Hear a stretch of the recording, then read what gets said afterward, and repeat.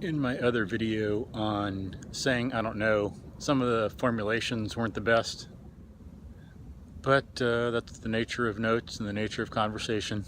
You know, we have to formulate things better for each other. It's just what communication is, you know, having an idea in common.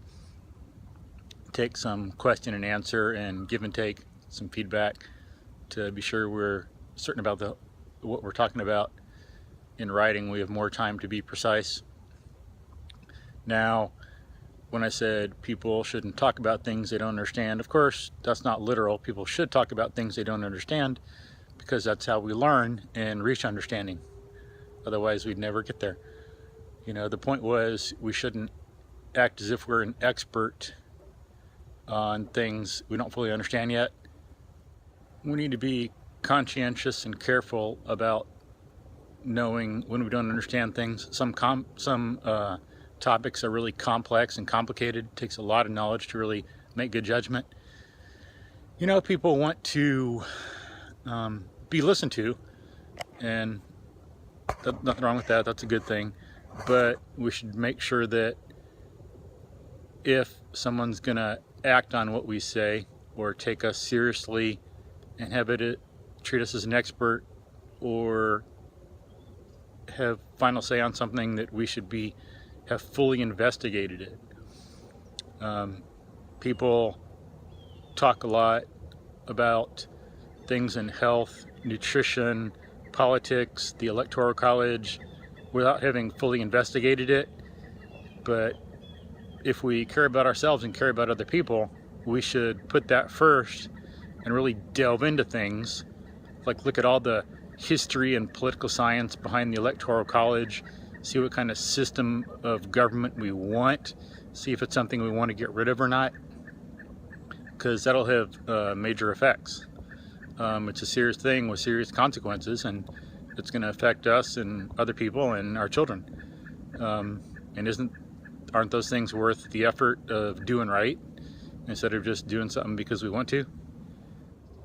On some topics in health and nutrition and politics, we should grasp that, yeah, we know certain things, and say that this is what we know so far, and then ask what else is there to know. What are we missing? Because we're not omniscient. We don't think of everything. You know, realize we make mistakes.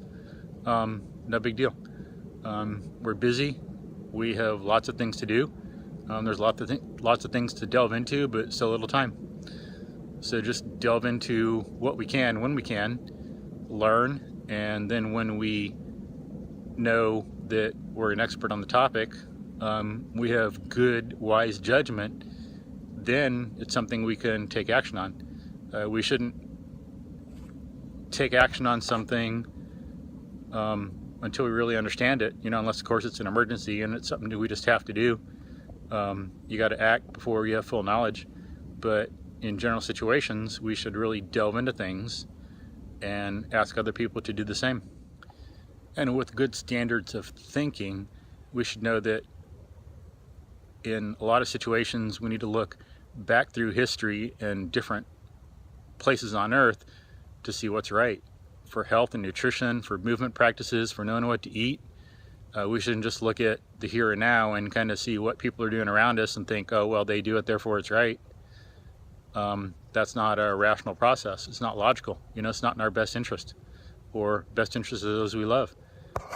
We should look back in history and see what people did and if that was successful or not, and then use that in our reasoning process to come up with ideas about what we should do. We should put things in context of the big picture. That's one reason why we make mistakes about health, exercise, politics, because we get one issue and, you know, we're busy or we forget to connect it to other things, put it in the big picture. But that's very important to do, and we should talk to other people to see, you know, people we agree with and don't agree with.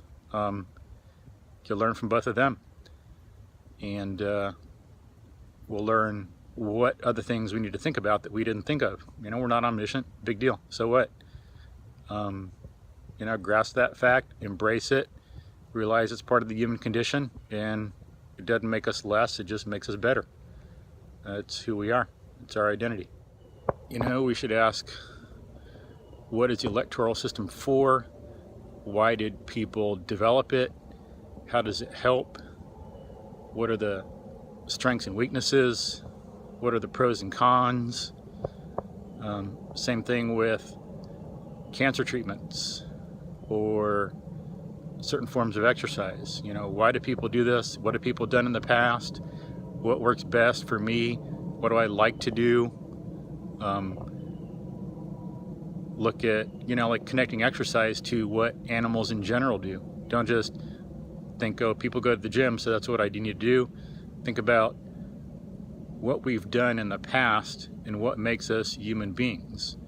Like, what can our bodies do, and what do we need to do with them in mobility and agility and strength to be the best we can be. So until we've applied logic and reasoning to a certain area, we've asked a lot of questions, we've had other people subject our thinking to criticism and feedback. We should be careful about what we say. Don't treat ourselves as an expert, because if you force other people to do it, it can have major consequences, just as people have done like that in the past. One reason Americans are not as healthy as they could be and should be is because of certain dietary restrictions being forced upon us by some people in government and some scientists who wanted power instead of truth and knowledge. You root around, you look back to George McGovern, Ansel Keys, you see that's where our dietary recommendations came from. Again, this is like making sure we know something and digging into it. You look back at ancient cultures when people were healthy, look back at what early Americans did, look at rates of cardiac disease, tooth decay, cancers. You see that people have eaten a lot of fat before, within limits, and been fine. There should not be a demonization of fat. Our bodies need it, and it's good for us. So not digging into things has consequences like that. So let's be logical and rational, admit when we don't know something, when we're not an expert. Say, this is what we know so far, what else do we have to learn? Until we've talked to a lot of people or read experts, we should be careful about acting on something, and we should not force other people to act on it. We should not impose it on the culture. Let's please, be responsible in our thinking and put logic and reasoning, and therefore reality and cause and effect first.